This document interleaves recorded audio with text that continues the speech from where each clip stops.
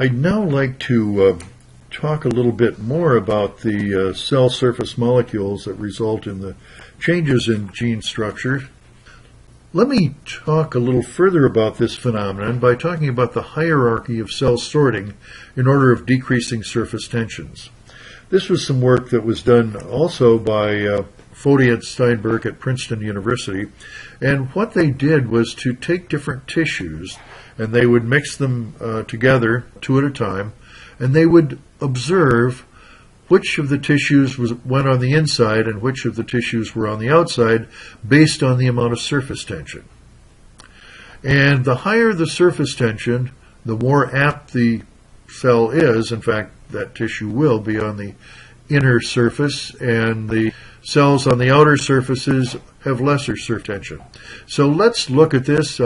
Here's a mixture now of limb bud cells that had been disaggregated with pigment epithelium, and if you look, the limb bud cells have the higher surface tension of 20.1. They're on the inside of this configuration and mixture of cells once it had reaggregated. The pigmented epithelium is on the outside. If you, on the other hand, mix the pigmented epithelium with heart tissue, in this case the pigmented epithelium is on the inside and the heart is on the outside, because in this case the pigmented epithelium has a higher surface tension than the heart cells do.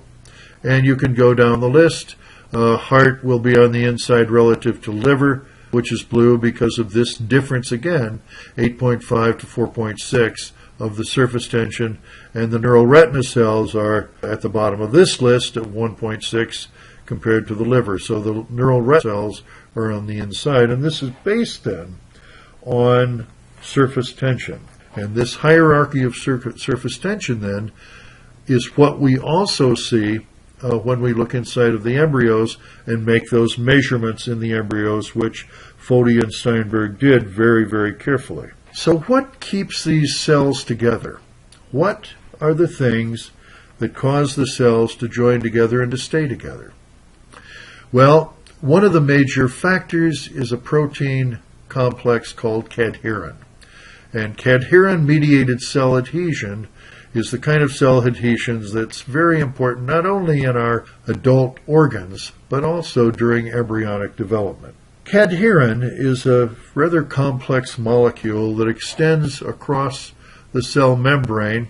Here's a cell membrane, and extends from inside of the cell to the outside of the cell. It has 5 subunits. These are calcium binding proteins that will adhere to the cadherins in other cells. So that's how they adhere together. Now, just to go back to cadherin for a moment, cadherin is important in that it has phosphorylation sites that attach to another small group of proteins, catenins, and these catenins will interact with the cytoskeletal system within the cell and actually will cause the cytoskeletal system to form into filamentous actin. It will cause the actin to become F-actin, and this will extend then out through the cell membranes to other cells, and so the actin in one cell, basically the cytoskeletal structure and the contractile apparatus, will interact with the contractile apparatus in an adjacent cell. So these cadherins are essential for cells to link together and to assemble into organs and tissues. This is an area now where the cadherins had been blocked in this embryo, and you can see that the cells are falling apart and they're not aggregating. Here is the normal embryo in which the cadherins are intact, and you can see the various organs are forming in a normal fashion. One importance is the amount of cadherins. If certain cells have a significant amount of cadherins, they will adhere more tightly together.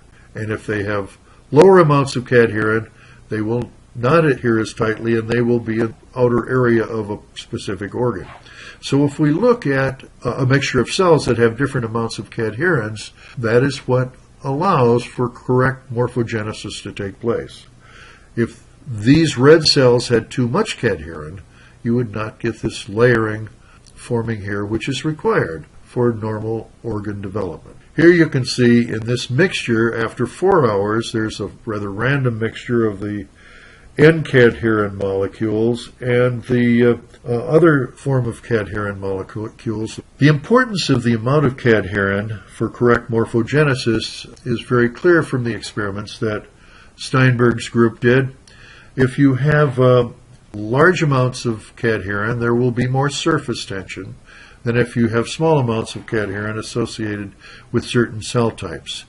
Here we have a mixture now of cell types that are from N-cadherin in large amounts, and E-cadherin has less amount of surface cadherins per cell. And if you mix them together for 4 hours, they're pretty randomly arranged. However, after 24 hours, the E-cadherin are on the inside, the N-cadherin are on the outside.